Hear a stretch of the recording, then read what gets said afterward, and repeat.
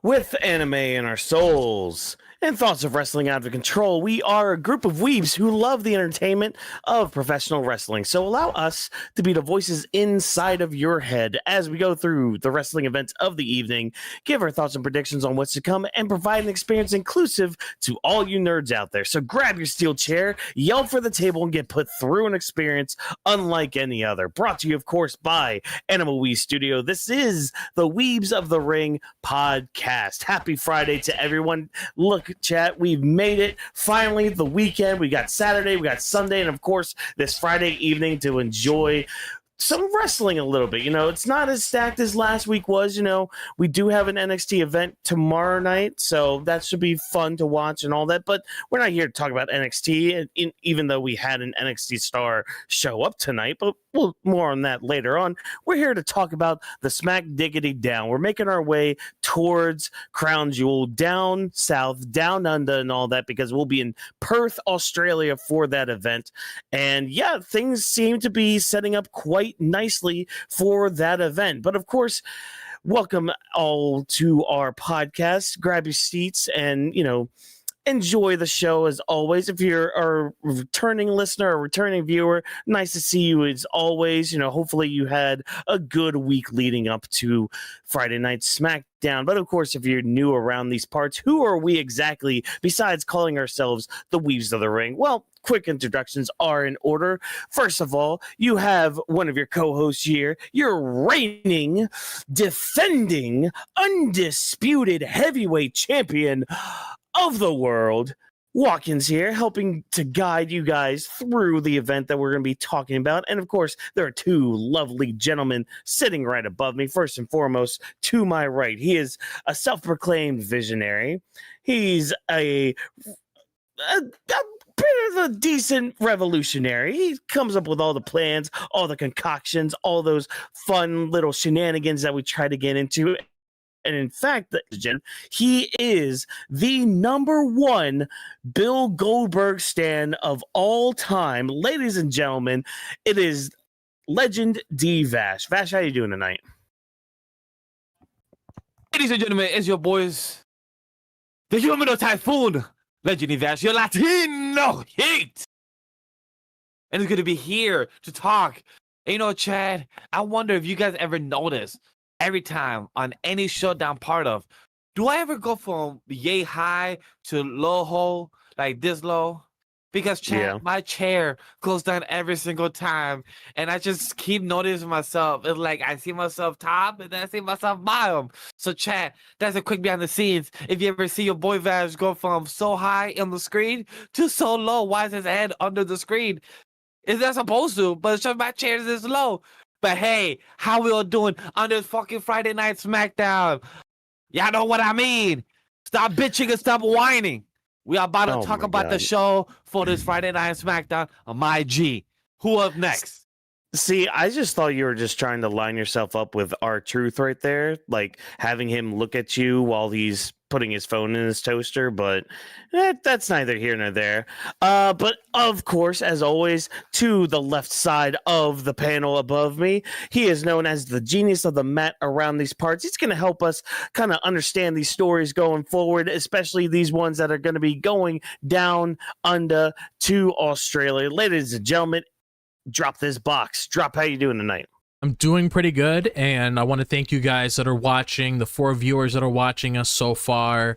I want to thank you guys for helping the 3 of us that are part of Weebs of the Ring reaching 100 subscribers. That's a big milestone for us, and we wouldn't have gotten here if it wasn't for you guys, so thank you so much for that. We really appreciate it. We're going to continue growing as a community. We're going to keep getting stronger, and we're going to go on many, many adventures when it comes to the wrestling space. But I'm doing pretty good. There was a couple things that came out of SmackDown that I am definitely interested in to talk about. So that's a plus in my book when it comes to those things that are on the table for our topic of discussion today. And yeah, it just feels good that we finally reached the end of the week. We can enjoy a little NXT No Mercy tomorrow, but when it comes from a coverage perspective, we reached our week of coverage until Monday Night Raw. Yeah, And I want to pretty jump in. much. That is such a great way to say about the community. And also, I do agree to say, and congratulations to ourselves that we reached 100 subs. We appreciate the community, that people have looked into us, check us out. If you're aware of us, like I always say, share to your abuelas, to your cousins, to your primos, and to your friends and family members. And anybody that likes pro wrestling and want to hear conversation, even if we don't agree with each other, or if you guys don't agree with us, but we can still have a civilized conversation within the community involving pro wrestling.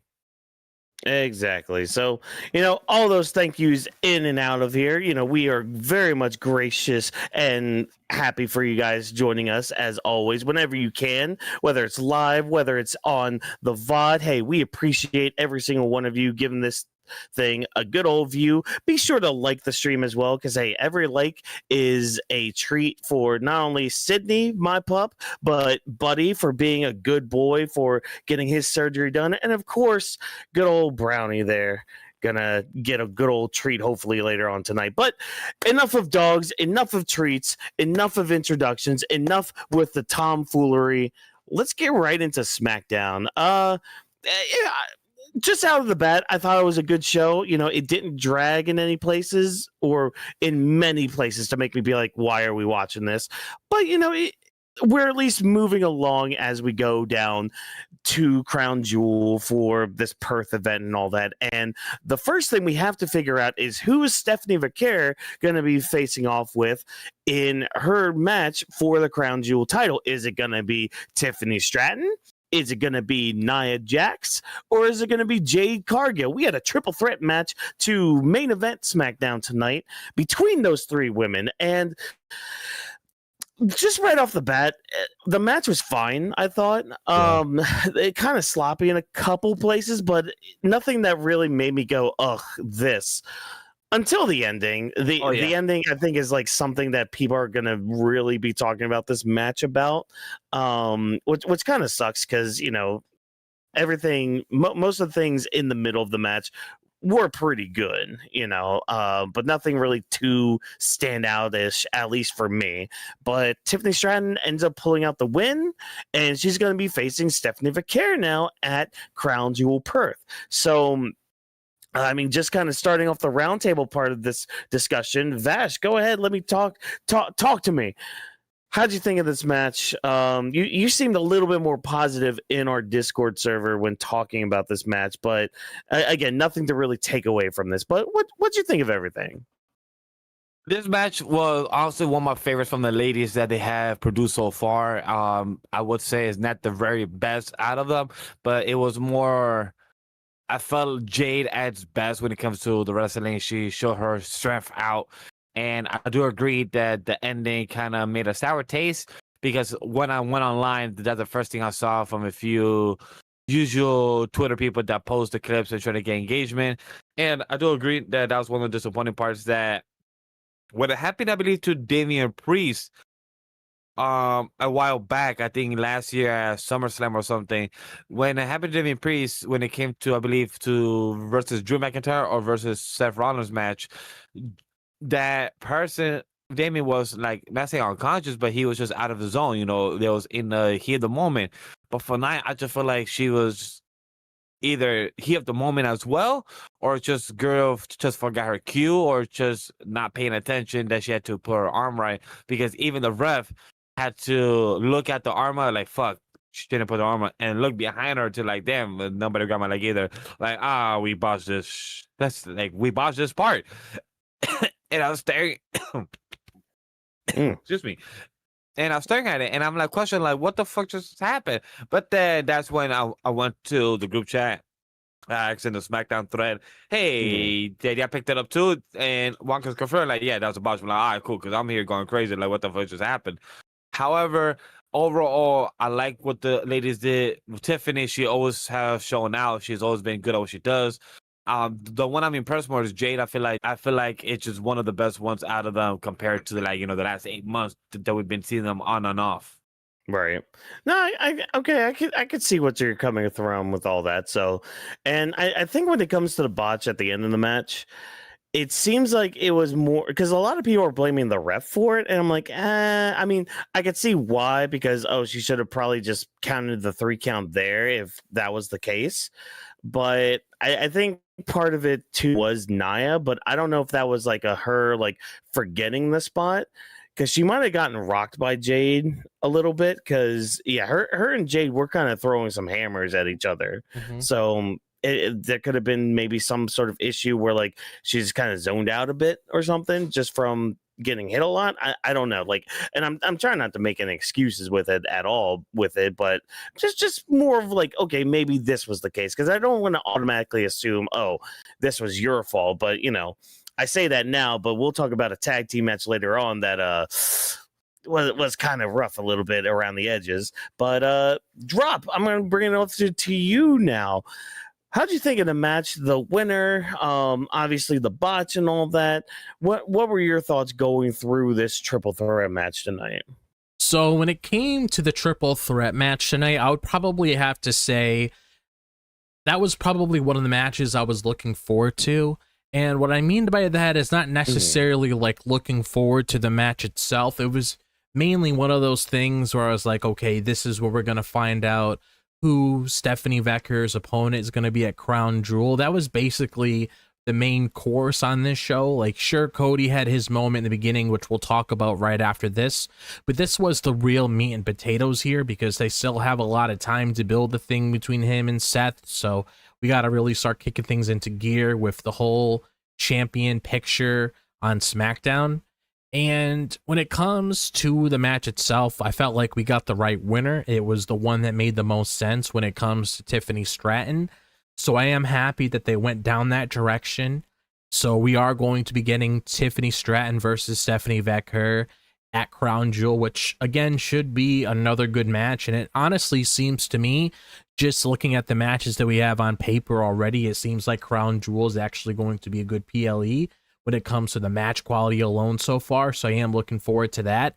But when it comes to this match itself, I mean, sure, it had its moments here and there, but I feel like there was a lot of rough patches in this match itself. I mean, seems like things weren't coordinated correctly when it came to certain moments that needed to be executed, especially when it came to the ending sequence, because a lot of people say, like, whenever you're trying to set an ending, you got to make sure it lands so it hits so you can enjoy it and everything along the lines of that, especially when it comes to a wrestling match, because I can't even begin to tell you how many times we've talked about a match on here that ended in a roll up and they just quickly ran out of the ring, and we weren't really that big of a fan of that.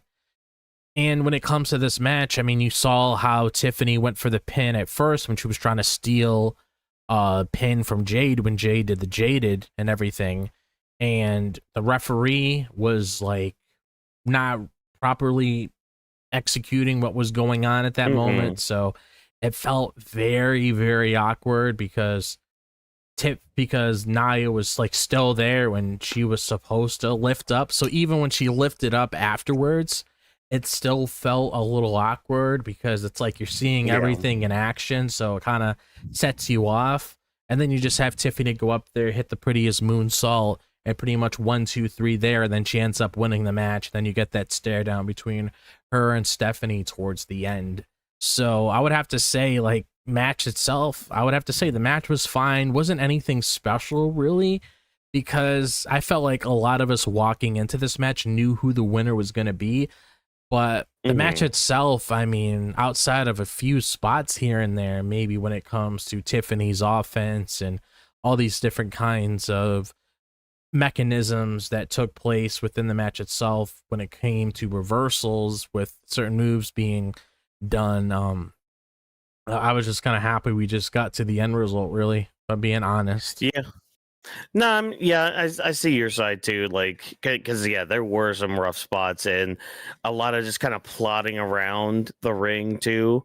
I don't know, it's just like, because Tiffany and Jade have really good chemistry, and like Tiffany and Nia both have really good chemistry, but then you kind of get Jade and Nia together, and they don't really mix well too much.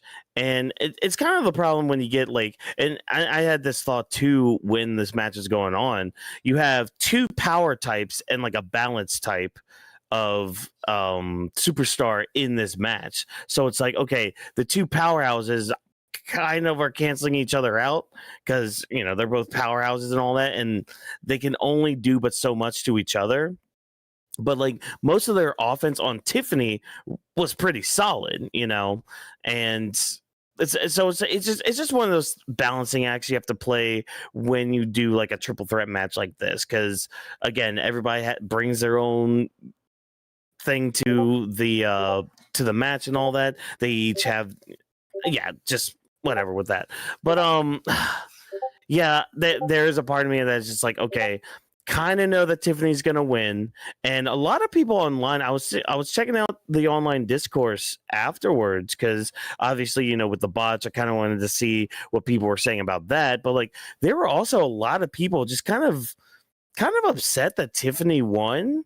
Like, a lot of people thought Jade was gonna win, and there's a lot of people that just seem kind of tired of Tiffany's reign, which it seems like it's gonna go on for a while. I mean, they had a graphic before the match where she's the third longest reigning women's champion in the company right now. I mean, the only people that are in front of her are Bianca and Becky. So it's like, okay, are we building up to something more with her? Like, how long is she going to hold the title then? If that's the case, if you guys are already starting to put the numbers up there with all that. So Drop, I'll bring it back to you with that. Like, how are you feeling about Tiffany's reign right now? And I guess, you know, the added caveat too. I mean, I don't know about you guys. I'm kind of pulling for Stephanie at Crown Jewel. So how would you feel about Tiffany eating that first loss kind of in a no title match with very low stakes? You know? So I'll say this right here, and you guys can clip it if you want to, just in case you want to share it on the platforms and stuff.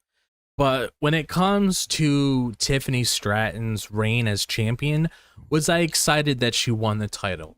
Of course, because the time was right, and I felt like the way that she started off the year was pretty strong, especially when you had them moving over, starting fresh. Her starting off WWE's calendar year being the first crown champion did make that moment very special, so I was really happy to see that. And there was a lot of substance there first when it came to the whole Charlotte Flair thing, which there was a lot of room on the table for that, but I felt like they didn't really go the extra extent that I personally wanted to see with that. And then when it comes to like the other people, like especially when it comes to the Nia Jax situation, which this has nothing to do with how I personally feel about Nia Jax, because I have nothing against her as a person. But I just felt like when they were just stuck with the whole Nia Jax and Tiffany Stratton thing, ever since Tiffany cashed in on her and took the title, like, this has been an ongoing thing since January between those two ladies. And here we are almost at the end of September, and it's still going on. Hopefully it's the end of it here, because sometimes when you see the same thing too much, you just get tired of it. And it just seems like there really wasn't anything in front of Tiffany that was that satisfying for them to work with when it came to actual challengers that made sense to go after her title. That's why when drafts happen, it helps, because it brings new people to the table and they can actually work with people that they never came in contact with before. So that's basically how I feel when it comes to Tiffany's reign as champion. I like her as a champion. I just felt like there was a lot more they could do with her with that. But when it comes to the match itself tonight, I definitely 100%, and I stand by this, agree that she was probably the one that made the most sense to walk into Crown Jewel to go up against Stephanie Vaquer. Because if you're fighting over the Crown Jewel championship and you want to prove who's the better champion between the two, obviously her having those amount of days on her shows her value, because she's been a champion for so long. And her and Tiffany have an easy story to write when it comes to how they got ahead of the game so fast, being on the main roster for over just 1 year, already becoming a main champion, getting one of the main titles for the ladies. And Tiffany, and I mentioned this on Monday, Stephanie Vaquer could easily pull it under the rug for her and be like, well, I won the NXT championship this year.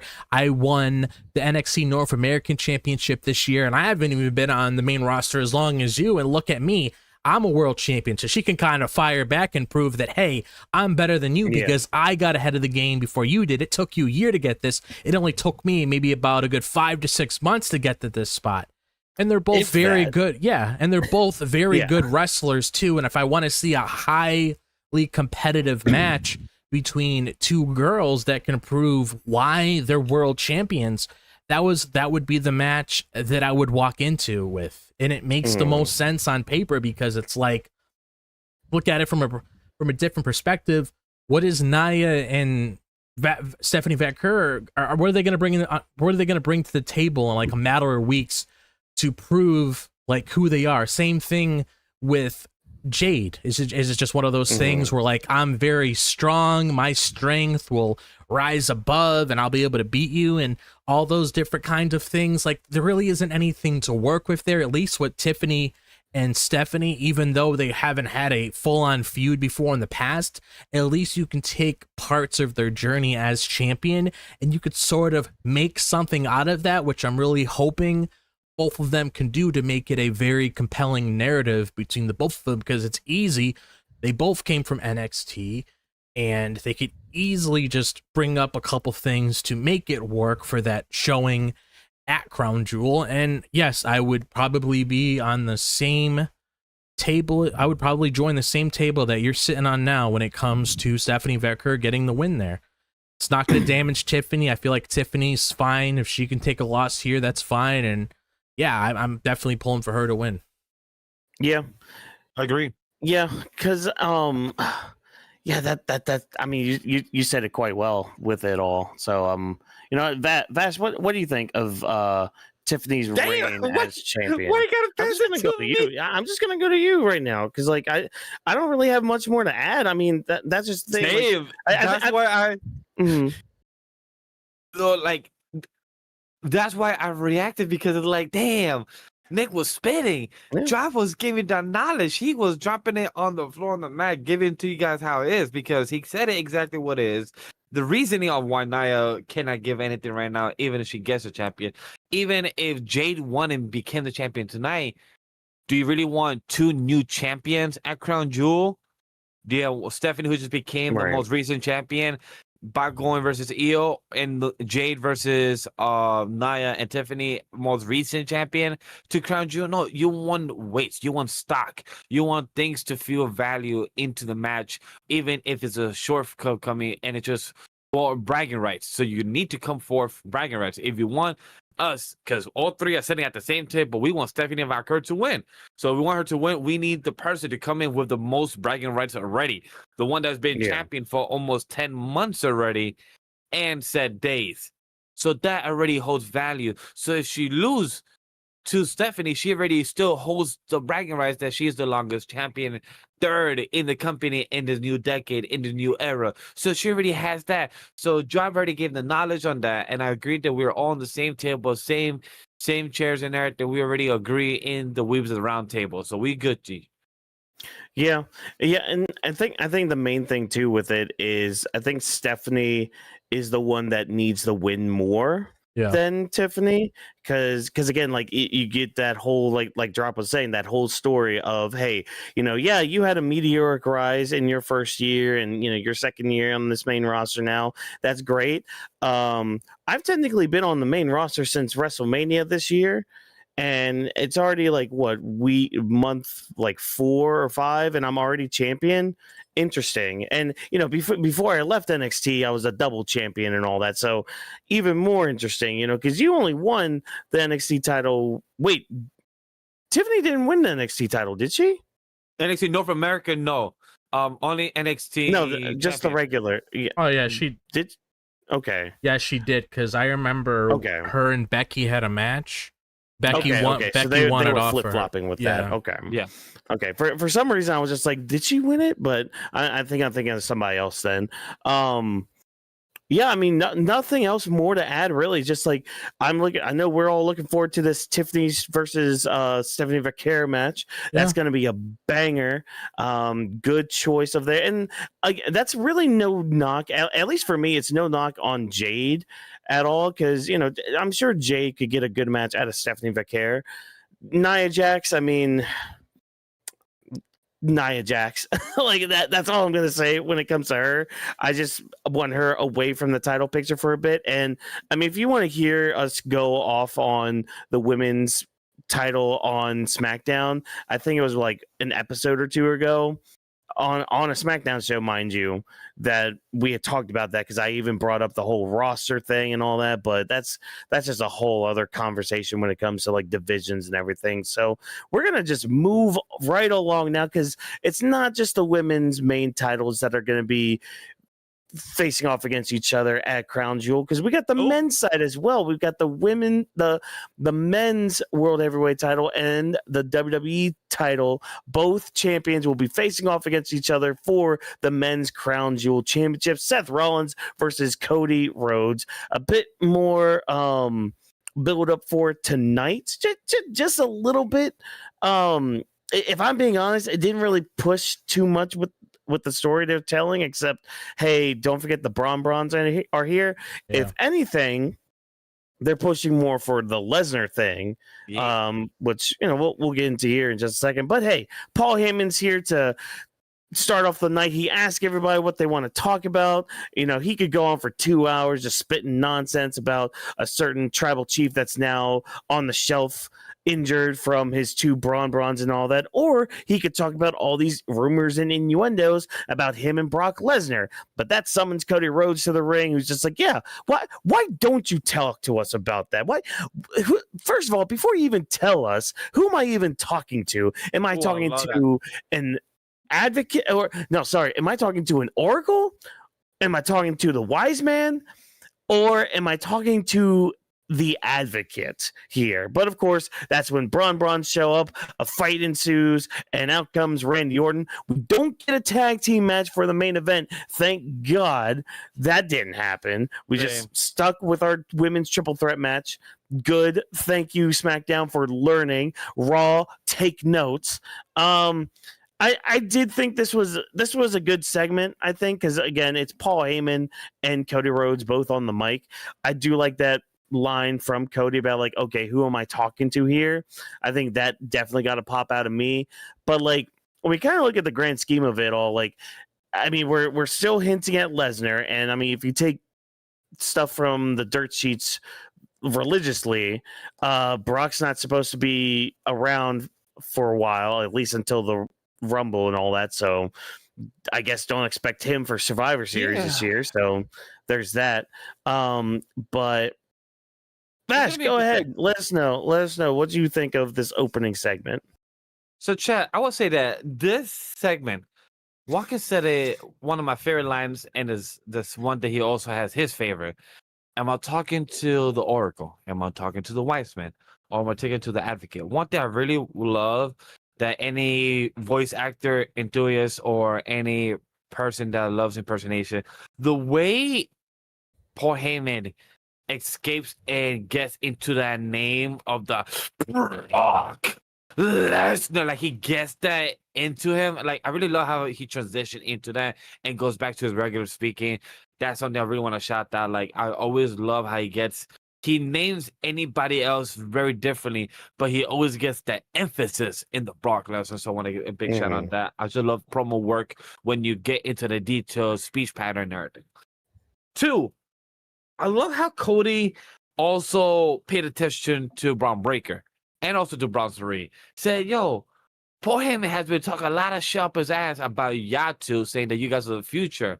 And also that Braun Breaker, you are the next big thing. You're the WrestleMania thing. Because even Paul Heyman said that Braun Breaker will be main eventing WrestleMania, I think, next year is what he said, or something between those lines. Well, so he didn't specify a year. The only thing he's been hyping up is just like for the next 5, 10, 15, like, yeah. Yeah, so in that time, like he keeps just shining on that. They're letting us know. Kind of reminds me of how Vince McMahon tried to do that back a couple of years, like back in 2018, 2017, 2019 with Roman Reigns, like trying to put him in our faces. But instead of how Paul Heyman is trying to do it subtly, but also trying to remind us, where Vince was trying to give us Roman Reigns like right in front of our face every single time. So those little things is what I noticed I could compare. The one last thing I want to kind of spotlight and hear your guys' opinion before I pass it to drop is I love how Cody was very comedic or cartoonish, kind of breaking the fourth wall. Like, hey, you know, I know I shouldn't do this, but guess what? I'm gonna go do it, and just start going on Breaker, and Bronson Reed felt like he was, you know, holding his own. But of course, like they always say, like the numbers game, because even earlier, Paul Heyman said, hey, you know, I do have a 2-hour show with you guys here, so I could talk all night, but I'm not going to scare, you know, Gorilla. If you guys have watched Unreal on Netflix, you know, they will get scared about those things. But don't worry, I'm going to keep it short. So I love how, like, with the segment felt a bit cartoonish, comedic, but also a bit of 4-4 breaking throughout the promo from the beginning to the end. Like, I really enjoyed that as a viewer. Yeah. Yeah, I mean, it was... I could see the comedy behind, like, Cody acting as he did with the Brawns and all that. I'm assuming we're going to get that tag match either Monday or next Friday with the Brawns versus Cody and Randy, but we'll have to wait and see when that happens. But what about you, Drop? What do you think of Paul Heyman being here on SmackDown yet again to cut a bit of a promo with Cody Rhodes, kind of setting up the Brawns to do something, I guess, for either next week or just being part of the build for all this? What did you think of everything? So I am going to say this because I was very vocal about it on Monday when we talked about the segment itself. I thought what Cody and Seth did on Monday was great. It did a lot for what they were building up to that eventual match at Crown Jewel. So I was satisfied what we got on that show. And of course, I like seeing Heyman on Friday. I like seeing Cody. I thought that moment between the both of them was nice. And it made sense to add comedic elements to it, considering the kind of character that Paul Heyman has played over the years as an advocate, as an oracle, as the wise man, etc. So on, these different kinds of persona that he adapted. But my thing here, and I'm really hoping it's not a reoccurring theme, I understand why the Brawns are there, because they're like Seth Rollins' bodyguards. They're his boys. Pretty much, it's like two dogs. You say, you know, sick it, whatever. They go after, do his dirty business and everything. I'm really hoping this isn't a reoccurring theme where they're the centerpiece of this feud, because I don't want that to be the case. I want things to revolve around Seth Rollins and Cody Rhodes, because one of the things I would personally like, if let's say hypothetically Seth Rollins isn't there for that said show, I want Paul Heyman to just brag about Seth Rollins when it comes to how great he is, and just pretty much try to dig a hole and throw Cody Rhodes down there and just talk about how special Seth Rollins is, pretty much just building him up more and more and more, instead of just having it around the Brawns, because this isn't their feud. They're not fighting they're not fighting for the Crown Jewel Championship. They should be going after today. But I want it to be between those two men, because I feel like that's what makes it special, because that Cody Rhodes is going up to, which happens to be world champion, and they have tons of history here between these two guys. And Paul Heyman could even bring up everything that happened around WrestleMania 40 and the things that went on with Seth Rollins and his current mindset moving forward, and when it comes to the guy really running the company, because that was a vocal point on Friday, saying how Cody Rhodes is the quarterback. What about Seth Rollins? Where does he take place here? That's one of like a little nitpick for me. I just don't want this to all be about the Brawns. Did it make sense for Randy Orton to come out? Sure, because that's his boy for now, until, of course, I feel like we might end up getting that match at WrestleMania, which, thank you, I would absolutely love that. But I just don't want the Brawns to be a centerpiece all the time. I mean, you can give them their moments here and there, but don't make that the centerpiece of like the whole entire feud, because I kid you not, as much as I am excited for this feud between Cody Rhodes and Seth Rollins, because trust me, I am, I don't want to see them all the time. I want them to focus on other things now that they're done with Jey Uso and Jimmy Uso on Monday once they have that tag match and everything. I want them to focus on other things. But I feel like the other thing in this segment itself, outside of like the Cody and Seth match that's going to be taking place at Crown Jewel, is the little Easter egg or whatever you want to call it, a Brock Lesnar, because this is something that you brought up when we were talking about that eventual War Games match. So it definitely feels like this is going to be something that's going to be happening. Yeah, Brock talking to Paul Heyman a little bit ago, saying that, hey, I need to talk to you about something. What is that something? What is Paul Heyman going to do for him that would benefit Brock Lesnar? That's what you really got to start thinking about that when you get to that that whole thing there, because obviously there's got to be something on the table for Brock. He's not going to just do it just because you ask him to do it. There's always going to be something there. So I definitely feel like he's going to come into the picture, and hypothetically, maybe like we spoke about, even though we want it to be a fair match and have both of these guys fight it out and actually determine who's the real champion here, just like how we want with the ladies, with no interference there, Brock could easily be the centerpiece there, like you mentioned, that could break everything up. But that's the other thing that really stood out to me here is like Brock keeps getting brought up, so obviously he's going to be main talking point soon whenever they pull the trigger with that. But I just wanted to share my piece on that, because as much as I like Braun Breaker and Bronson Reed, please, and I'll say it one more time, do not make them the centerpiece of this entire feud. Yeah, at least for the moment, they've at least been used just as the bodyguard type deal, which is good. That's fine. Just keep them like that for this feud and all that. And yeah, just don't enter them too much into it. I do like with Heyman though, when the topic of Brock Lesnar is brought up, he's like, look, he's just like, hey, he's kind of unpredictable. Whenever he shows up, somebody's going to get hurt. Someone's going to get almost murdered. I mean, Corey Graves wasn't here again this week. We had Booker T filling in, which that was also kind of fun on commentary a little bit. But yeah, so like we're still keeping the threat of Brock Lesnar alive, which is fine.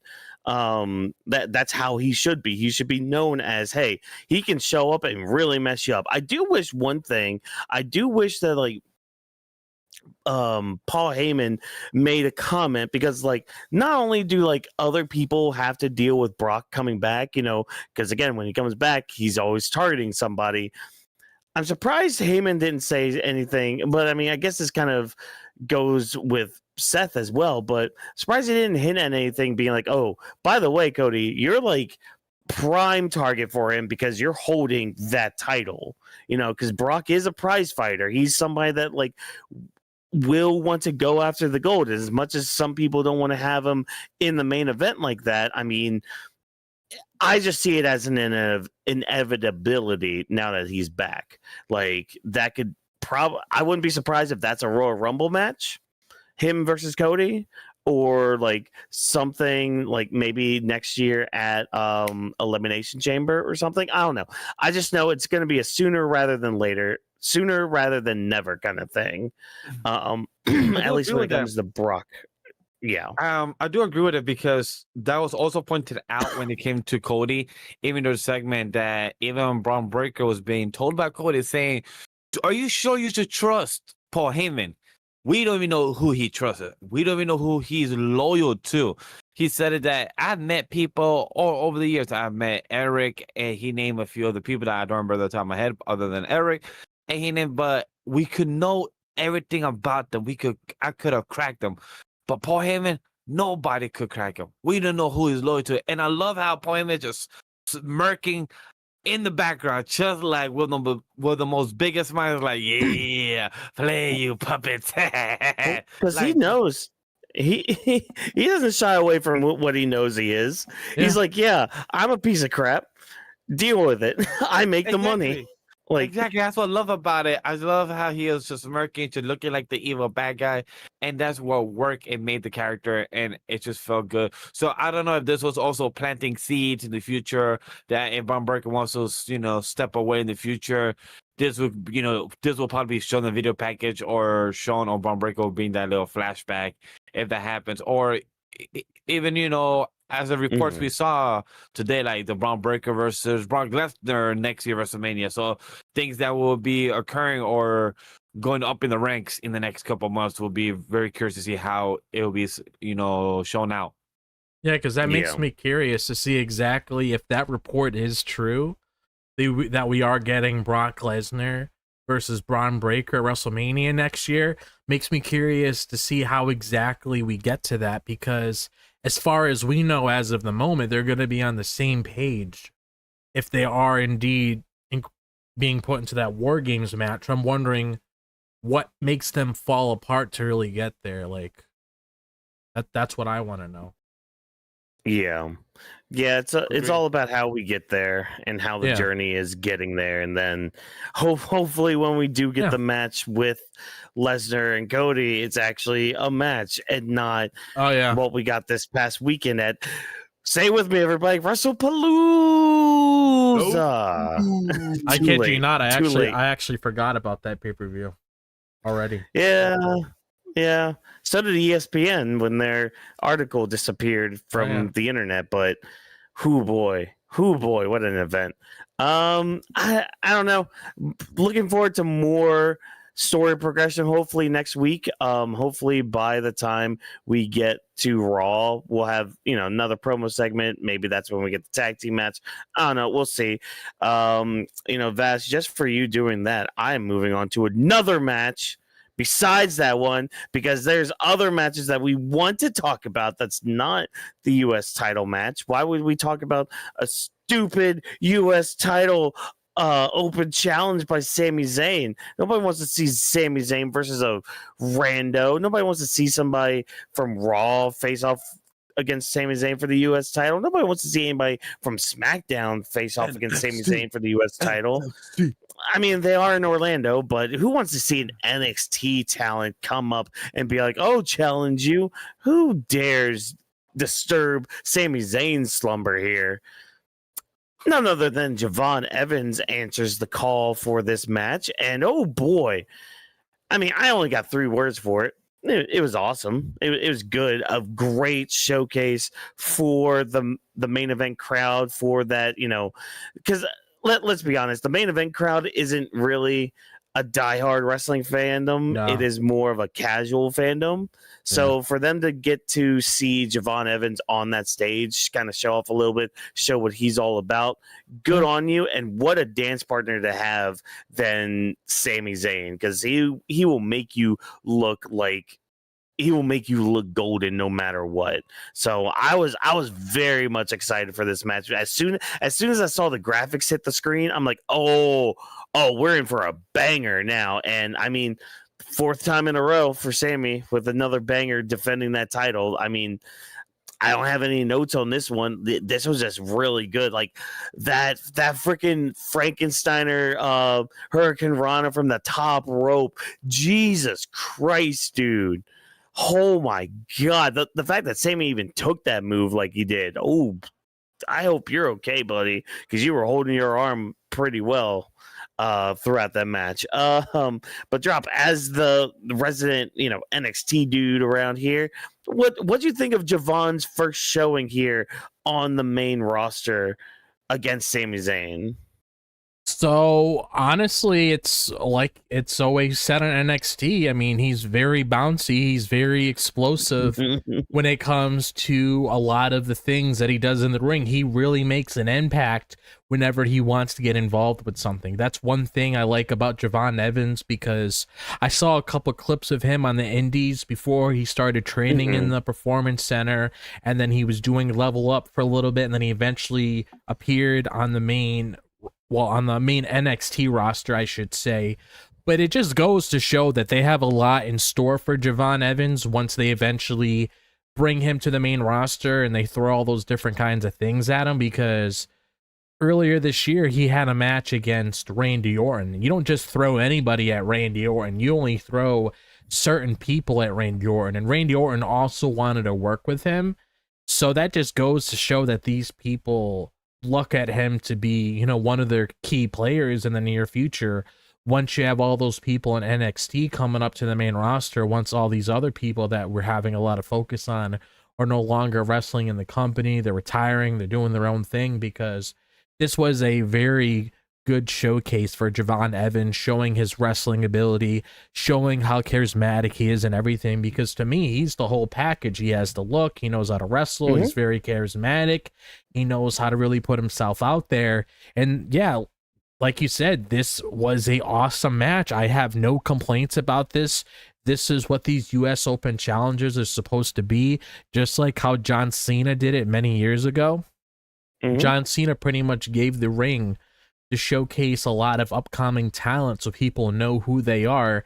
And I'm glad, like Sami said, and he definitely took that to heart, that he wanted to continue that legacy for Cena when it comes to him bringing these different people to the main roster to showcase what they're capable of. And I'm really glad that these two had a match, because I even recall like these two actually had a little interaction with each other not that long ago on NXT. Like when they had that big NXT show last week, him and Jevon Evans had a moment with each other in the back, not necessarily building to this match, but you could sort of look at that as foreshadowing when it came to that acknowledgement that Sami Zayn had for Jevon Evans, telling him that he's the future and he's very special, and he took and he shouldn't take anybody's shit on there when it came to who he was dealing with on the NXT roster when it comes to the current feud that he's evolved in. So I just really like this. Like this is what we need. Like, sure, he's not here now, but at least when he comes back, you'll know who he is. And I can really appreciate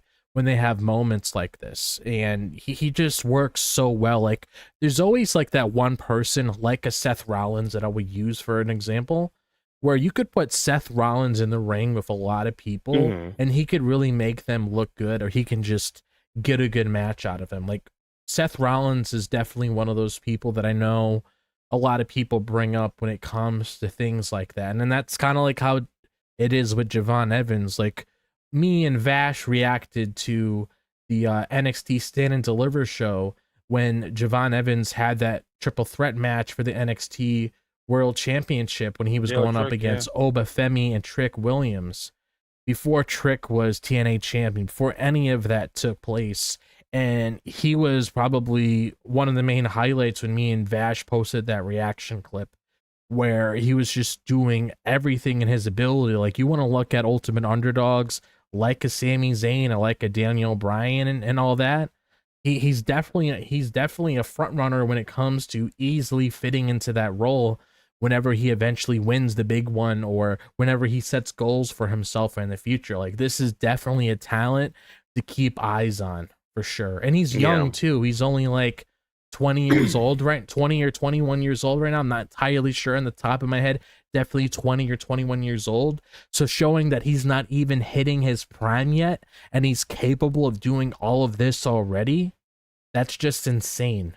Just to see how the atmosphere of wrestling is today when it comes to a lot of these younger talent performing how they are now, and they haven't even hit their prime. He's not even near his 30s yet. He's in his early 20s. That's just crazy to even think about. Yeah, like this kid has a future. That's really all I've got to say. Like he's just got it. Like he's got that factor that they always look for in a superstar. And I mean, I'm looking forward to seeing his rise in the rankings and all that, especially on NXT. I mean, he's kind of long overdue for at least a title run with some sort of title down there. But we'll see what title that is. But Vash, what did you think of this match before, as you were framing Mr. Jevon in the air up there with his hair? Like they don't care. So we got Jevon Evans, 21 years old, April 29th, 2004. And God damn, just to hear somebody at that age, damn, you're younger than me and you was born in the 2000s. It's crazy. Somebody stab me. Somebody please stab Crazy me. to imagine. 21 years old, 21 years of age. Congrats to him to be an NXT superstar at this young age. We have a great example of him as Roxanne Perez.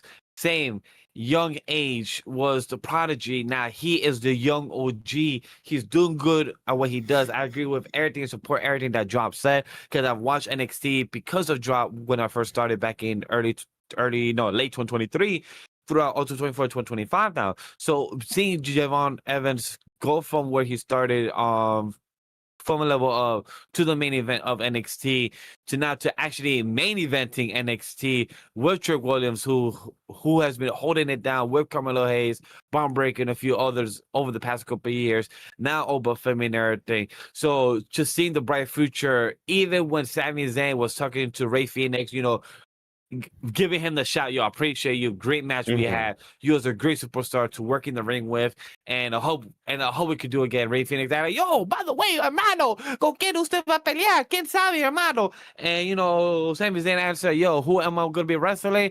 It could be anybody from SmackDown, but anybody could be from Raw since it's open challenge. Anybody in the roster, so that means we're in Orlando. Who knows? And I'm like, oh, so it has to be somebody from NXT because you didn't say it, but you implied it. So then that means NXT superstar. I did not expect Jevon Evans. I didn't expect to hear the song come out and be like, it's bouncy. I'm like, shit, fire. Came out like Wonka's already brought up, like Drop said about the match. It was honestly entertaining. I can't say anything bad about it. I love that Sami's been doing this. He giving his props. He's executing, and he is a long timer right now. Sami Zayn has been on the main roster for the past couple of years. He could go toe to toe with the big superstars. Now he's putting the work in to help the other superstars to show them out, just like Waka said with John Cena all those years ago. So this is nice to see that people just passing the routine, just passing the baton, and who's the next person years from now who will be doing the open challenge, just like Sami Zayn, instead of saying, hey, I'm gonna do what John Cena did and what Sami Zayn did. So like he will be in those names, in those contenders, in those with this US title, and this, I believe this is the second reign with the US title, I believe so. So this would be awesome to just have himself attached to this. Oh no, I believe this is his first time. I don't recall. Chad, please correct me if I'm wrong, because I also don't have the data yet out from the website I use all the time. But that's all my overall thoughts for Jevon Evans for being the young OG, the 20-year-old, and the bouncy. Born in 2004. Remember, Watkins, 2004. Why'd you have to remind me? I was watching Naruto at my grandmother's house in 2004. I was watching like that. Those around that, like 2005, 2006, wherever the case may be. I was always watching freaking Bleach off of YouTube. Yeah, same. Yeah, I was watching the third part of the new episode of Bleach on YouTube in Spanish subtitles, 480p, but it's actually part 4 of 7 because you had to keep searching for the next part, and you end up on another channel that was uploading the episodes, and then you have to like kind of rewind or fast forward because their really timing was different from the last channel you went on. Guys, be lucky you guys have streaming right now. That's all I'm gonna say. We didn't go through that. Oh my gosh. You remember loopholes. Remember manga stream where we used to read our manga chapters off before they took that away? Pepperidge Farm remembers. Yeah, you guys are lucky. Wednesday instead of a Friday at times back then in the day. Yeah, you guys are lucky. You got a lot of those subscription services. We had it like the official shit. And for playing about people jobs and everything, we at least have it official. Well, we could just wait until Sunday. And for cheap. Only $2, only going up to $3. Yeah, it actually just came out of my account just now. Yeah, like, come on, man. Nah, that's a whole different soapbox that we can get on. Maybe on a different show. It is a banger deal, though.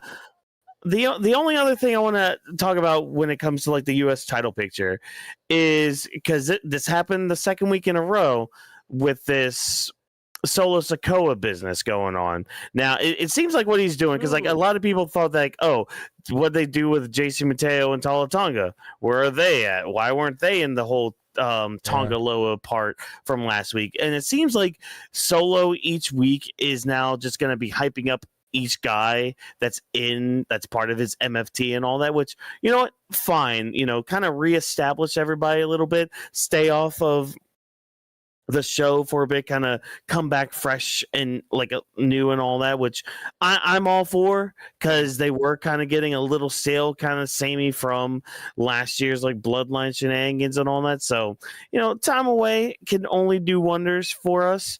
And yeah, we're just highlighting one person each week, I guess, until one, if not all of them, end up challenging Sami for that US title during these open challenges. So yeah, but it looked like Vash, you had something. I had a laugh. I don't know if you're gonna have a laugh too if anybody gets a reference when Solo Sikoa is giving us the play-by-play of the history of Jason Mateo, his MFT, right? I was getting the reference of the Keel and Peele skit of them in the different versions of the football players.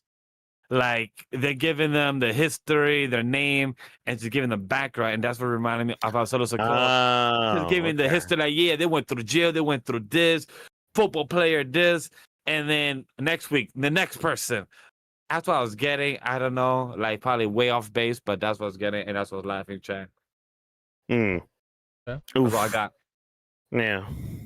But yeah, I mean, I guess my question leads to you guys now, like, how do you see this Solo Sikoa stuff kind of panning out with the U.S. title? Because, I mean, there is unfinished business between him and Sami, at least.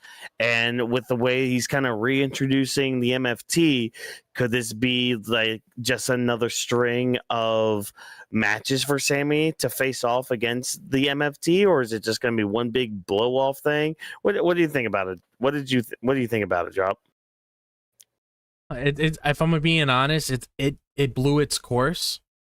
Mm-hmm. I personally don't want to see it, because here's what I mean by that.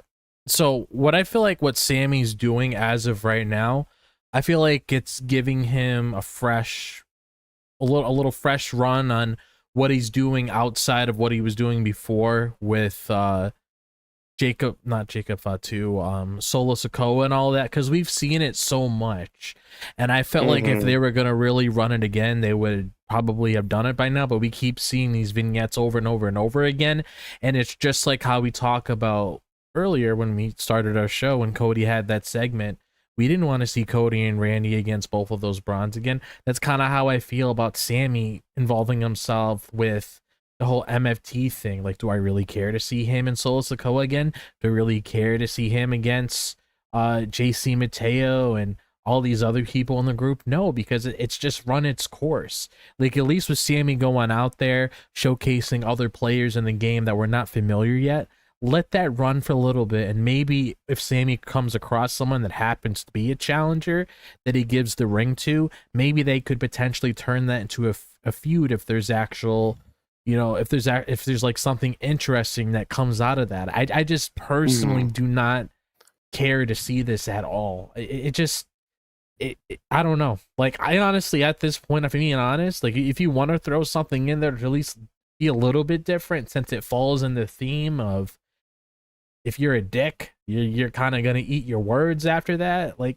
do something with them, with the Wyatts, have them eat their words from like all the bad things that they've been doing over the years, just like how we've seen them target people in the past because of that. At least that's a little bit different. At least it's not things that we've seen before. Like, I personally deep down don't want to see them involved with Sami, because even if I were to give them the benefit of the doubt, I mean, what's going to be different based on what we've seen before, besides Solo Sikoa just trash talking Sami, bringing up stuff from the bloodline that we've already heard about? I mean, you might as well just take one of those old little VHS tapes or whatever and just record over that, because it's going to be the same promo segments and same matches that we've seen. Yeah. I feel you.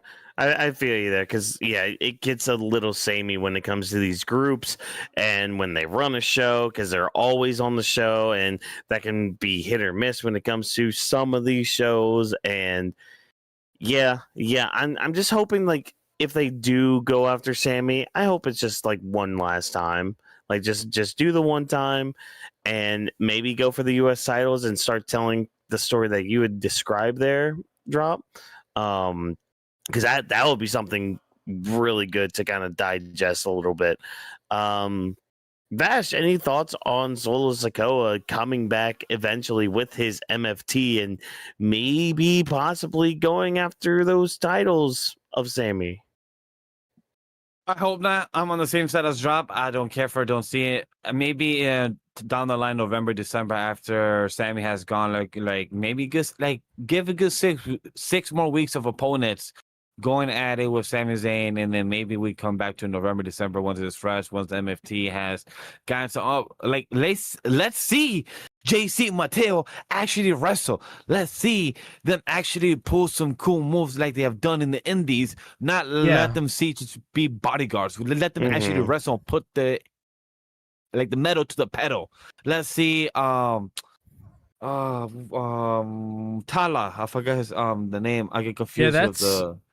That's actually a good point that you brought up. Like, they need more characterization because they just feel like background characters. So I would honestly prefer them to do that rather than just start a feud with Sami. Like, try to flesh out their characters a little bit more, because we know who Solo Sikoa is at this point.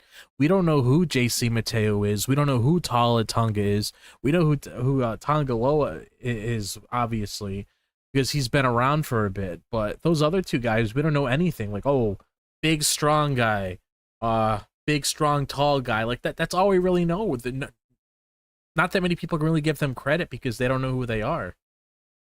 So do that instead. And I think that's their goal with these backstage segments of Solo Sikoa, kind of again each week going through each member of his group, and especially tonight too, because like he did mention a few times, hey, JC has gone overseas to win stuff. He's succeeded in many different other companies, but he's also here to keep Jacob in check and all that. So there was at least a little bit of characterization in there too with it. But I do understand the point of like, okay, we need a little bit more, just a little bit more of like who you are and all. I mean, I feel like that's just across the board when it comes to WWE in general. Like there are some people that it's just like, okay, what are we doing here? Like, how are we doing this here? Why is Gamora? I don't know. There's never an answer for these questions that I ask. So, yeah. But hey, you know what? We're going to stick a little bit with the bloodline, a little bit with the MFTs as we move forward in our conversation tonight. I am excited to kind of just gush about this moment. So our big old Scottish daddy, Drew McIntyre, makes his way to the ring. He hobbles to the ring because he's got a boot on.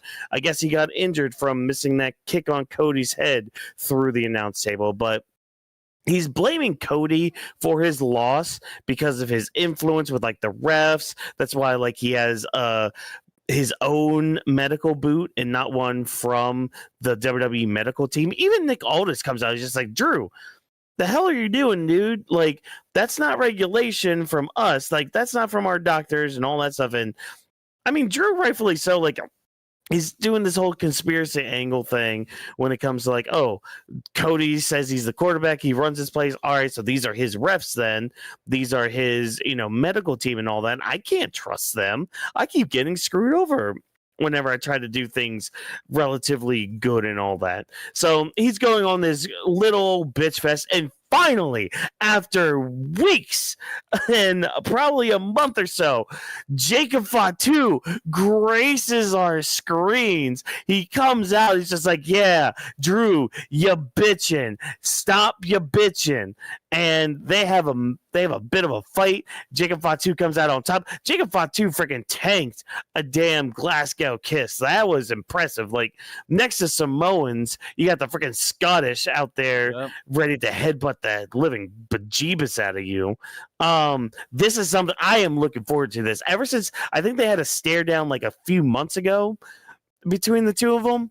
Ever since then, I'm just like, oh, give me this match. Like, put a stipulation on it too, like at least no DQ, like give them something more to work with, so that way we can just see Jacob Fatu absolutely commit mass murder just on one guy alone, because the big old mass is a big old dude of Drew McIntyre. I really like this segment a lot because we're setting up a new feud for Drew and for Jacob Fatu. Anything to just big up Jacob even more and give him a nice, good W on top of a pre-established talent. Vash, what did you think of this little segment tonight with Drew hobbling out on one leg and then getting annihilated by that by that boot he was wearing? This was amazing. I was laughing because for those that don't know, go follow us on social media. Our Weebs of the Ring handle on Twitter /X and everything down below. The reason why I'm giving this plug is because we tweeted with our Friday Night SmackDown mascot, Jacob Fatu, and I believe this past week, Watkins or Nick said it off air, or last week Friday Night SmackDown. We said, "Yo, where's Jacob Fatu? He's been off for a while. What's going on?" We have asked. And I think, hey, maybe Triple H is hearing our show. Maybe they're hearing the fans. Who knows? Or maybe he has one of his peers, one of his PAs, his workers be like, yo, I need you to listen to all these podcasts and tell me what they're saying so I could take the idea. Maybe he took his idea. Who knows?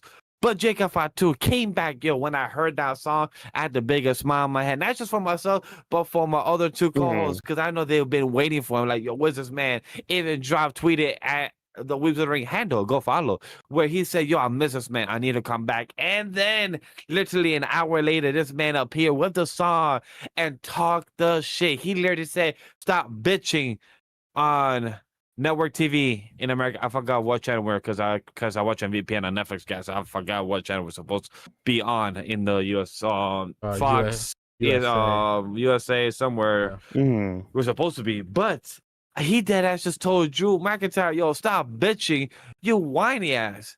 And just literally took the mic in the middle of the sentence that Drew motherfucking was talking. He literally just said, yo, I'm tired of you speaking. I'm going to take your mic, continue to say what I'm going to say, and shut your ass mouth up.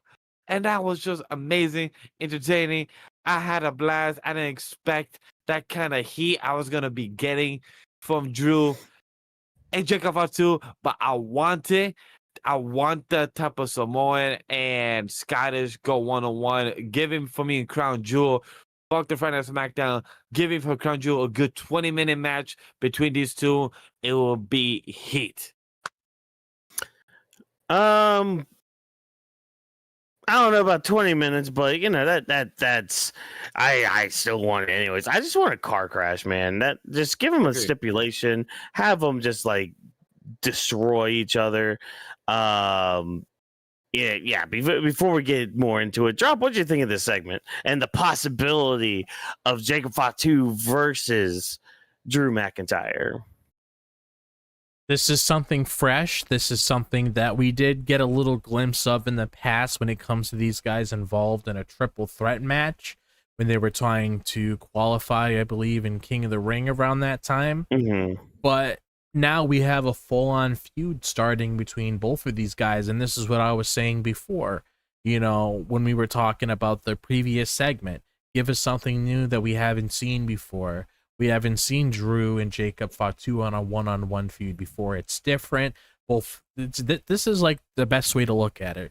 They're both good on the mic, so they can carry a good promo. They're both very good in the ring, so they can carry a good match. They're both very charismatic, so they can show a personality. So they pretty much have all the ingredients to throw in the pot to make something very special here. And I really like how Jacob Fatu came back tonight, because he's been away for a while, and obviously when someone's gone for a while, they come back, you get a good reaction out of the crowd. I was very excited. My mom was excited. We were all invested in what was going on the television screen when this man returned, because he's somebody that is definitely one of the pieces in the future when it comes to really pushing the company to the next level. Like, there's just so many things that you can take out of Jacob Fatu where he could run with it and he can just do a lot of incredible things. So knowing how he's starting this feud with Drew, knowing how we're getting the beginning of it here, and we're going to be diving into it even further. And I'm not going to throw it out here because it's too early, but you never know how things are going to be. Maybe they have a match at Crown Jewel, just have a little special match there if they possibly want to throw something there, or that could hypothetically be one of those Crown Jewel Eve things that they put on a SmackDown. But I just feel like there's one of those things where this could go for a bit when it comes to these guys like really tearing each other apart. Like, you want to talk about two people that could tear each other apart limb from limb. I mean, this is how it is right here. And you know how Drew goes out there. He's always venting and complaining, which a lot of his opponents do bring up quite a bit whenever they're in feuds with him. But knowing how he's going up against somebody that's not going to take that shit, that's not going to want to hear Drew McIntyre come out and complain every single week when it comes to blaming Cody or blaming the ref, which I knew was going to be something that was going to be brought up in that promo, because that was one of the stories being told out of that match that they had last Saturday. But it's like, knowing how you finally have someone here that can shut him up and could probably bring Drew McIntyre where he needs to be. Like, if you're not going to have Drew McIntyre involved in a feud for the title, at least give him someone that actually matters. At least give him somebody that the audience can hook onto. And there's no other person than Jacob Fatu to easily fit the role that's available that could actually start something with this guy. So I really do like this, and I'm just very, very excited to see where this is going to go. So it's like, whenever we talk about SmackDown again next week, this is going to be one of my things that I'm looking forward to heading in, like outside of the Cody and Seth stuff and potentially seeing what they do at Tiffy and Steph building to their match at Crown Jewel. This is definitely one of the things high up there when it comes to what I'm very curious to see, like what they're going to pull out of this to tell a good story when it comes to both of these guys, because there's definitely a lot on the table that both of these men could work with. Oh yeah, a lot they can work with, a lot, just like even beyond just the promo segments. I'm just excited for the action for it. I'm excited to see just two horses just going after each other. Samoan taking on a big old Scottish daddy and all that. Like, let's see what happens when those two worlds collide. And I mean, if it's anything to go on about, I mean, Jacob was standing tall tonight fairly easily. Again, he tanked that Glasgow kiss fairly well, and I'm excited to get this match. I'm hoping they add it to Perth. I'm hoping that I see, part of me wants a stipulation now, but they don't have to do one to at least get me satisfied. But man, just give them, again, just a no DQ match would be glorious for me, just so Jacob Fatu can look as dominant as possible, because that man's hard hitting. Good luck keeping him strapped down for any of this. Because again, he's all gas, no brakes. But speaking of all gas, speaking of no brakes, we got to take flight now, because we have a tag team match, number one contenders style. Whoever wins gets to face the Wyatts for their tag team championships. We have the Street Profits taking on Melo Don't Miz. Just so everybody's knowing, just so everybody's well aware, there is no Street Profits division in Ba Sing Se. So just remember that, as always. But with that being the case, with that being the message that all of you need to remember, there is no Street Profit division in Ba Sing Se. So match is okay. I mean, it's your kind of usual cookie cutter WWE tag team match, which is getting very, very tiring to watch and to consume and all that. But closing segments of this match, Melo tries to go forward, nothing but net, but there's Miz right there to take all the glory from himself. But this time, oh no, Carmelo Hayes has him locked up. He's like, nah, what are you doing, man? They both get attacked by Angelo Dawkins. He tags in Montez Ford after a little bit. 1, 2, 3 after the Frog Splash. The Street Profits win. They'll be facing the Wyatts at a later date. And I think the biggest thing to kind of take away from all this is Carmelo had the opportunity to break up the pin, but he chose not to. So is this finally going to be the reason that Carmelo Hayes goes out on his own? Because if so, yes, because he is much better on his own. If he has somebody else with him, they kind of got to match energies. And I mean, Miz is just a little too cringe when it comes to meshing well with Carmelo. And don't worry, that statement I said about like, hey, he doesn't really need help, keep that in mind as well for later on in this show. But I mean, yeah, just nothing much about the match. I mean, some stuff. I mean, we're getting that rematch with the Wyatts against the Street Profits. I mean, which will be a good match. It's just, it's just a rematch, but at least we got some sort of progression when it comes to the Miz and Carmelo Hayes and all that. That's at least a plus. But Drop, what you think of the match and like some of the possibilities coming out of this? So when it comes to the match itself, I thought it was okay. Like, it didn't really do much for me because, I mean, when it comes to Melo and Miz, I'm just waiting for Melo to eventually turn on Miz. I feel like that's probably the only part of their story that I'm really looking forward to, is seeing Melo eventually turn on Miz and then starting that babyface run on SmackDown and hopefully getting himself over. That's all I really care for them at this point. I feel like when it comes to their tag team, I mean, Miz just keeps digging himself a bigger hole, and it's eventually going to come to the point where Melo's just going to snap on him, which you could probably tell that's being done by design for it to happen, but I'm just waiting for that moment to happen so we could really get Melo where he needs to be. And when it comes to the Street Profits, still being a team, winning the match, going up against the Wyatts, which hopefully we have something coming out of that, because this was something that I did bring up when it comes to the Street Profits. I hope there's a game plan with these guys, because if it's just tag title after tag title after tag title, I don't know how much longer I can get invested in that, because it's either they win the titles, they could go on another run, hopefully it's successful for them this time, or they lose the match and then they go to square one again, and then what really is there?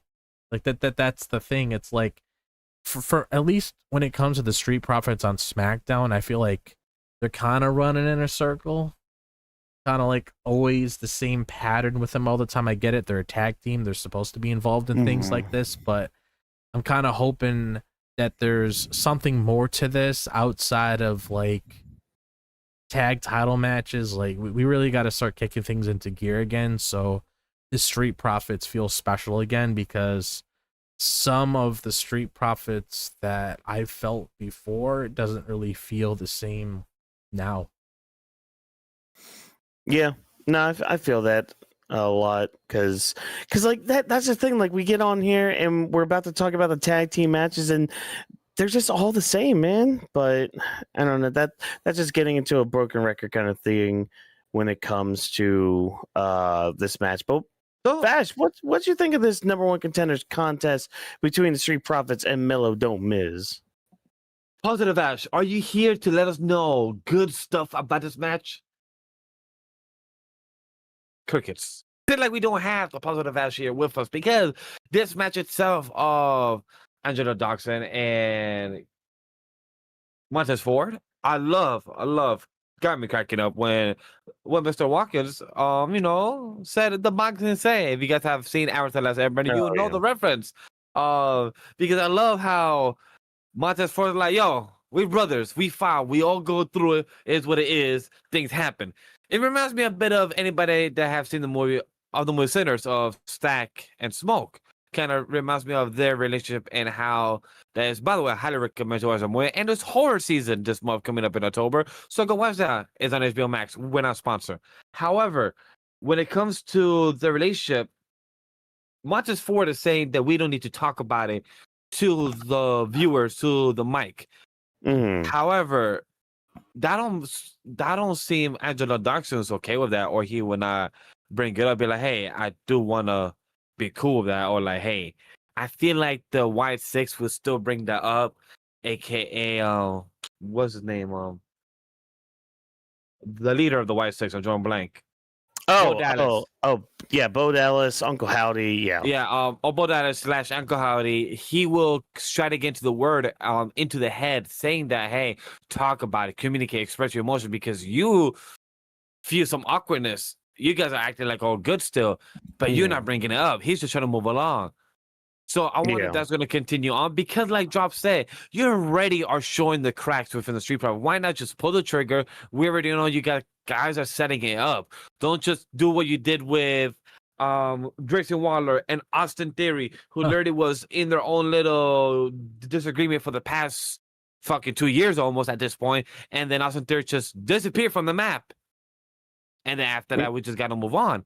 So then we just have Grayson Waller literally injecting himself with the New Day and just mourning and just, being all black and oiled up.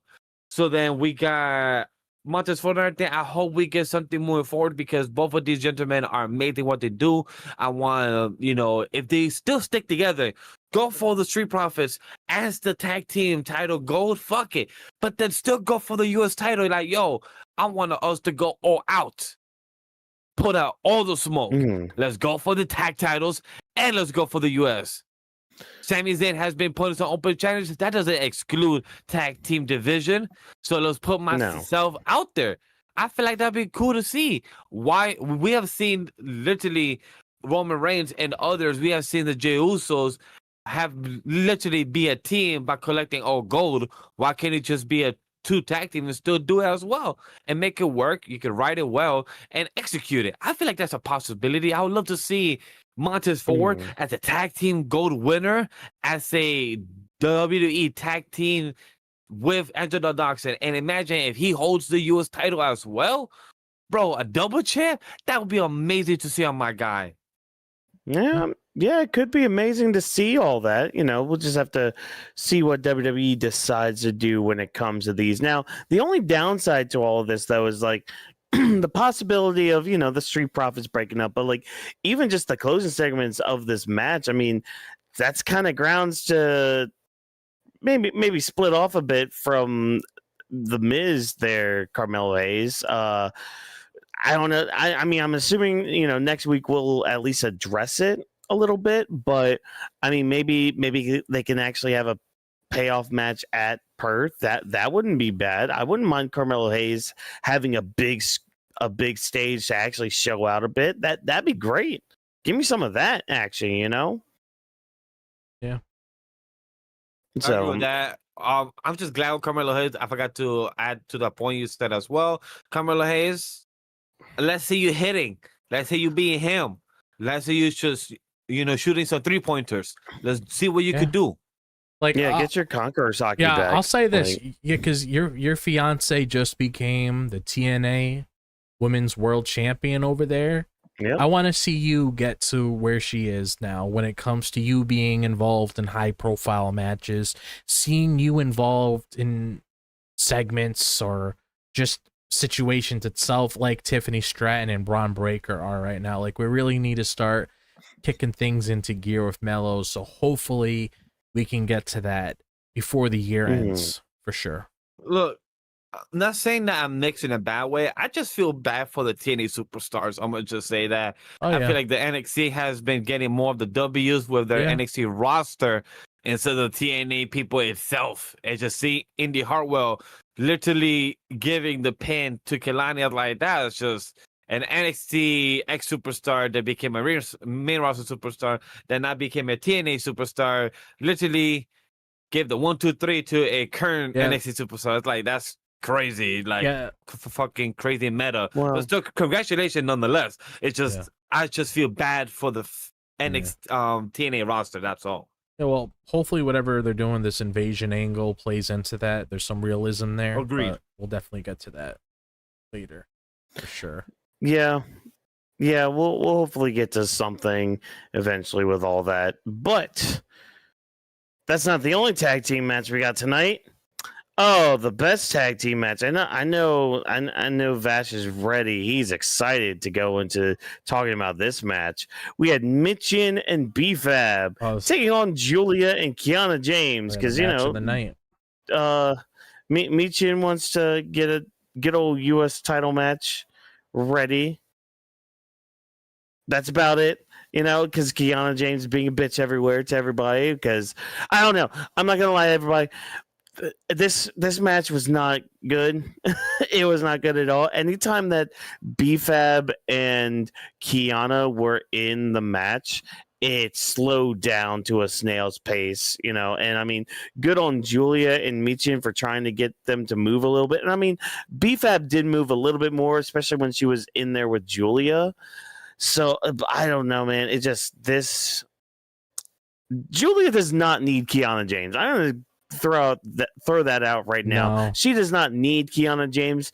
Kiana James needs Giulia. She needs that star power to kind of rub off on hers just so she feels important from the last year and a half that she spent on the main roster. All that time being injured and all that. Like, I don't know, man. And I'm not really feeling the connection with them. Like, they don't have any sort of chemistry whatsoever, whether it's backstage segments or in the ring segments. Like, Kiana and Giulia just do not mix well together. Yeah, if you're letting Io and Kairi and Asuka do their own thing by themselves, then you could easily have Giulia do her own thing by herself too. Like, if you want to give her the name Beautiful Madness, you need to showcase exactly why she's called that, because she shouldn't be at this level where she is right now. Because when she won that title, I did say that there was some potential there to see where things could go. But I said that at the moment it happened because there was something they could have ran off with. But looking at it now, it just seems like she's on the back burner. She's in there for filler time. Honestly, like, once this match was over, it's just easily forgettable. And I'm not trying to say that to be disrespectful, but when you talk about the show tonight, I mean, that's probably going to be one of the things that you're probably not going to mention because it didn't really benefit anything at all. It's like, okay, you got these ladies in the ring, Giulia wins, okay, moving on. Like, a lot more people care about, like we have here with Zarya and Soruka having a run-in with Charlotte and Alexa Bliss, seeing how Zarya and Soruka are rising up when it comes to the women's division. There's some substance there. They're a team. There's chemistry. Same thing with Charlotte and Alexa Bliss. There's chemistry between all four of those ladies. Actually something you can digest and have a fun time with Michin and B-Fab. I mean, they just ran their course because, I mean, I don't even get me started on the whole Michin thing when it comes to her career, because before this whole tag team stuff has happened, ever since that US title has been created, she's just been involved around that, and it's never gone away. That's literally been the entire creative. It'd be different. It was like a good 3 to 4 months or so, and you moved on from it, but we're almost approaching a year now before when this title was created, and she's still involved here, and that's definitely very telling because, like, it's just pretty forgettable. Like, there's nothing I can pull apart here and say, yes, this was nice. Like, it was something that you just forget about as soon as it happens. That's just best way I can say it. Yeah, and again, just Giulia just deserves so much better. Yeah, much more better than a leech trying to take from her star power and all that. But Vash, how'd you feel about match of the night, though? Hey, Positive Vash, are you here on this segment? Yes, I am. Actually, I did enjoy this segment for this match. Look, I do agree with the gentleman of Watkins and Driver's Box about the three ladies not being at the best that they could to be giving a performance, but I want to at least be trying to give some TV time, however long it was. I reloaded those sites. It still don't have to have the match of the night or the timeline because I'm really curious. That's short. I'm like, yeah, that felt as short as it was. I do agree that when it came to B-Fab and to Kiana James, they did feel very slow in the middle of those portions. They felt like they were trying to get their positions and to execute. But hey, T setting, and he acknowledges it. You're learning on the fucking job. That's what he says, straight facts. That these ladies are learning on the job as they go. And that's something that B-Fab and the other girls are doing. And it's very obvious, like we have seen from Maxine Dupree and a few other girls from back on Raw. So, but the thing is that Triple H is kind of, hey, you're going to sink or swim? Let's find out. Is it tough? Fuck yes. Would it be nice that they actually gave them more work during probably main event? You had my boy Tozawa there on main event earlier, but instead of, you could have also had the girls have a match there and maybe giving a match to Giulia with somebody else and actually have a nice one-on-one match and have a build-up, or have probably Giulia outside in the commentary or watching while two other girls go for the number one contender match. Something like that would have been better. This tag team match itself, it was cool to see the other three girls that was not involving Giulia. I would have rather seen a triple threat with these ladies. Hey, they're putting the work, they put in the TV time, saying as a fan, as a critic, that shit fucking sucks. But as a fan and as a viewer, I have to understand that, hey, they're learning on the fucking job. As anybody has work experience, you know how hard it is and how challenging and how pissed off you can be.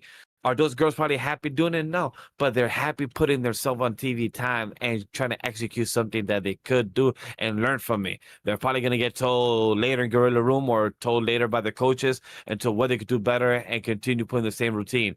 I just wish that they could have better room to do it instead of having SmackDown be the show and look poorly, or have us judge in a critique way where, like, yeah, that shit was whack, we can move on conversation.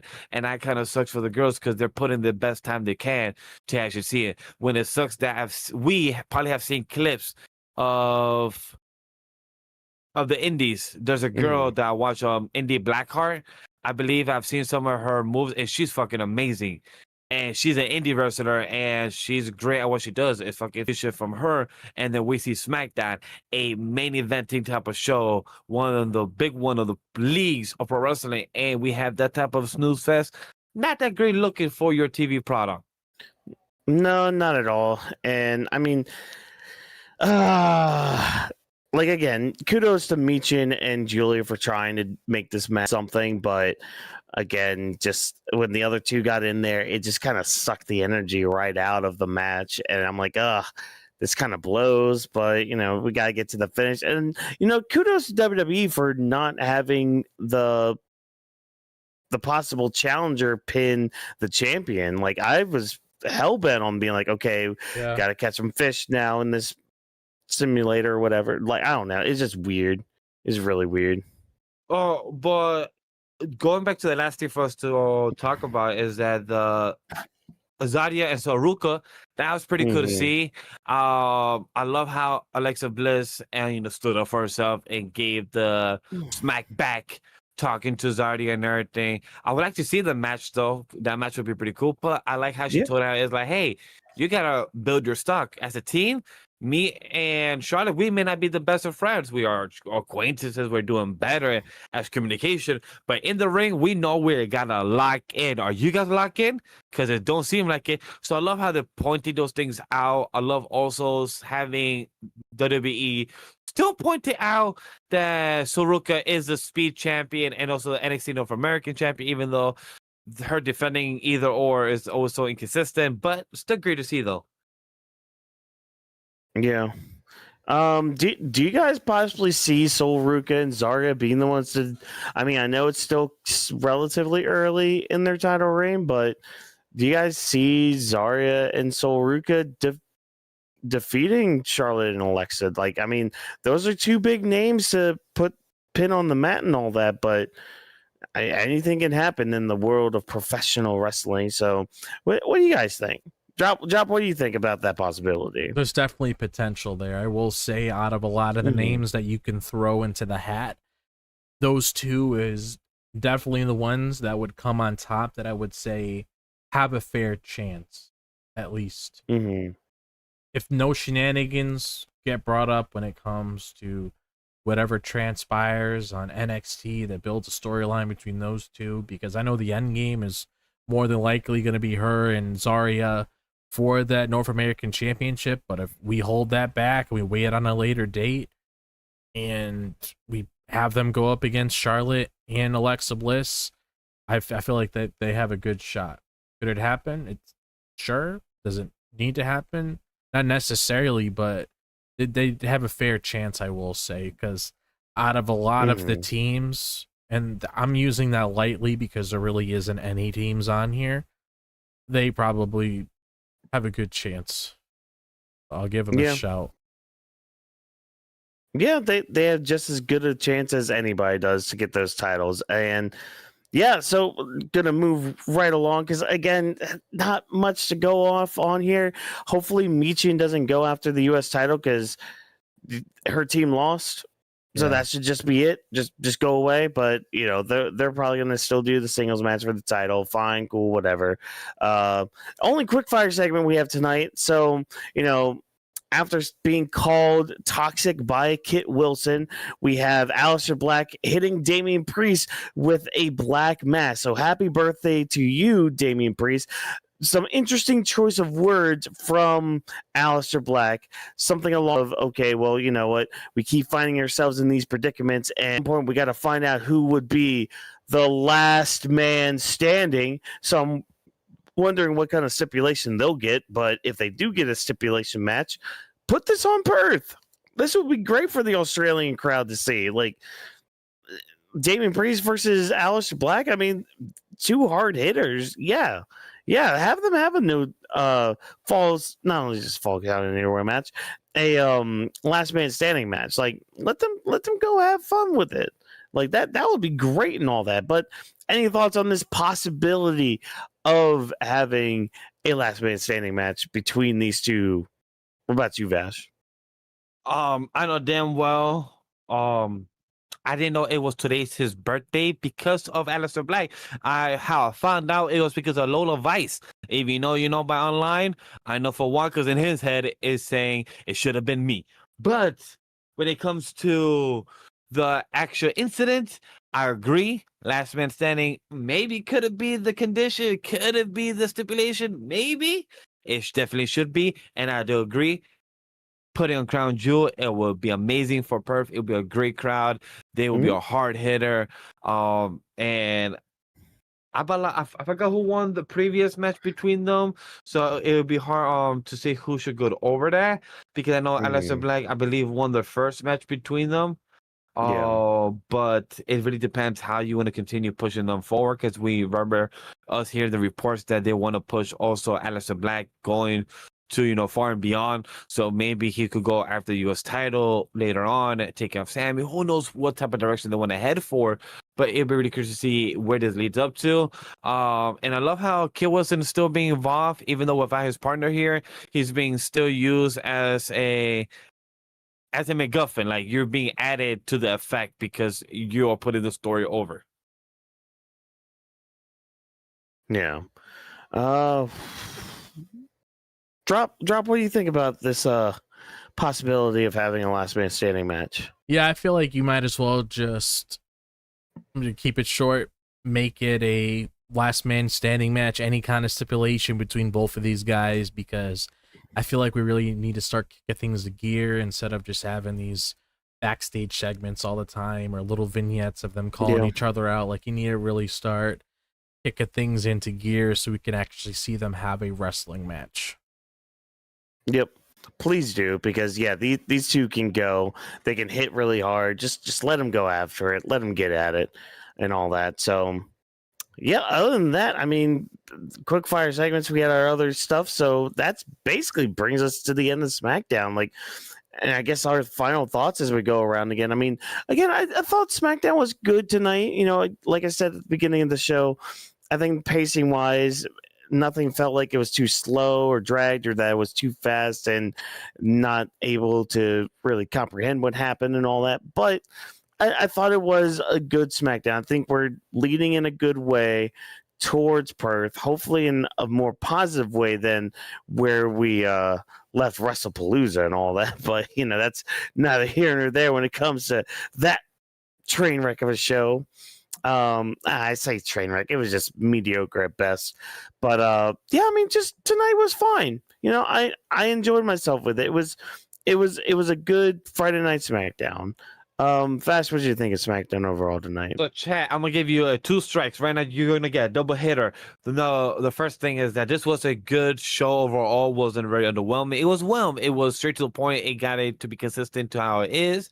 It got to the point to our show of having Cody and Paul Heyman on the mic.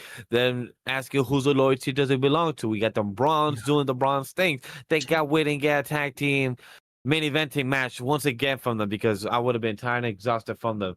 Sami Zayn, continue your goddamn US Open challenge. Continues to be amazing and entertaining.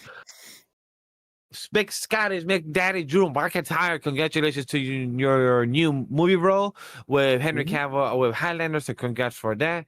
Because additionally, you're gonna be going toe to toe, not with the Undertaker, but with Jacob Fatu, though someone werewolf. So it's gonna be pretty excited for that. And can we see this last man standing at 8 in the morning at Crown Jewel? Let's find out in the next couple of weeks on October 11th. But one thing I wanna say, Chad, as well. It's giving the plugs right here, right now, and tell you go check out our shows all down below the description and the links, just to keep it short and simple. Because hey, we appreciate you guys for watching, and thank you for all our 30+ viewers that have been watching our live stream as well and checking our show, checking our content for this Friday Night SmackDown. Because we're gonna have more content next week and more short form content. Let us know you continue finding us through our short form and checking out long form. We appreciate you guys letting us know more feedback and content and all the links of where to find us because there's more to tell, right, Watkins? Oh yeah, there's plenty more stories to tell, whether you're watching our wrestling content or our other stuff and all that. But Drop, what'd you think of SmackDown overall tonight? So I thought tonight was all right. It had a few things in there that I liked. Like I enjoyed the match between Jevon Evans and Sami Zayn. Jevon Evans has a big future ahead of him, so I am looking forward to seeing how his career advances moving forward. Hoping we get more things on Monday when it comes to the Cody and Seth things building into their feud, because I am looking forward to seeing those two in contact with each other once again. Like, the little things we got tonight was cool and everything, planting seeds for Brock eventually showing up again. And the only other thing to really bring up, of course, is the beginning of the Drew McIntyre and Jacob Fatu feud. Really looking forward to that. Definitely a lot of potential there to really take it to places. So hopefully they play their cards with that one. But all in all, this was a decent episode of SmackDown. Had a few things in here that I liked, and can't really complain with the few things that I got. Good. Yeah, no, like the feelings mutual when it comes to SmackDown tonight. Definitely a better show than WrestlePalooza. I'll say that much. It was definitely a better one than that. So, yeah, I mean, without further ado, I mean, Vash kind of told you guys where to find us on the social medias. You got all of our links in the description, all the handles right there on your screen in the yellow. Just be sure to check us out on all those social media platforms. But most importantly, I do want to take some time to thank you guys, not only for checking out the Weebs of the Ring podcast, but also, again, like we stated at the beginning of this podcast, we've reached the triple-digit numbers, and we're only going to be going up from here. So thank you so much for the support, love, and all that stuff. And stay tuned, because we're just getting started. You've been noticing some of the shorts going out. We'll have more stuff with that when it comes to short form content. Maybe some other things coming to your future later on down the road, but that's neither here nor there. Just make sure you subscribe, hit that bell icon so you get notified every time we upload a video and all that good mumbo jumbo nonsense that YouTube loves to hear, because their little algorithm bots are listening. They make sure they hear every little word that we say, so that way they're like, hey, how dare you throw a fifth F-bomb in there? Oh, how dare you try to sing Bohemian Rhapsody in 4-part harmony? How dare you strike and all that stuff? No, we're not about that, all that. But YouTube does like when you hear, to like, comment, and subscribe on videos such as this if you're watching the VOD. But if you're here live, we love you for being live with us, to engage with us in the product, because, again, this is not only just our product, it's your product as well. We're here to just open up the floor for anybody who wants to just gush a little bit about wrestling, or yell about wrestling a little bit. Who knows? I don't know. I just here to help co-host and run this thing, especially when it's late at night and I've been up since like 5 a.m. So hey, it's great. It's awesome. It's fantastic. We're here. We're live Mondays, Fridays, Thursdays with Grappling with the Week, and of course Saturdays for any PLE coverage. But enough of the rambling. Thank you guys so much for checking out the Weebs of the Ring podcast. If you enjoyed what we had to say, again, do all that stuff that we went on probably way too long about. Like, let's just go do that stuff. All those links are right there for you. It's very easy for you to do. And of course, use the hashtag Weebs of the Ring to engage with us in the social media discussions before, during, or after these shows, because it's also a great way to give us feedback for these shows, because we're nothing without you guys tuning in, and we're going to continue to up our game with each stream and each week that we do this content. Weebs of the Ring is presented by Animal Studio. Thanks, of course, to our production team for all of their hard work. Thank you once again for joining us, and remember, as always, no stunt grannies were harmed in the recording of this podcast. Have a good night, ladies and gentlemen. We will see you on Monday for the Monday Night Raw action. We'll see. See you guys.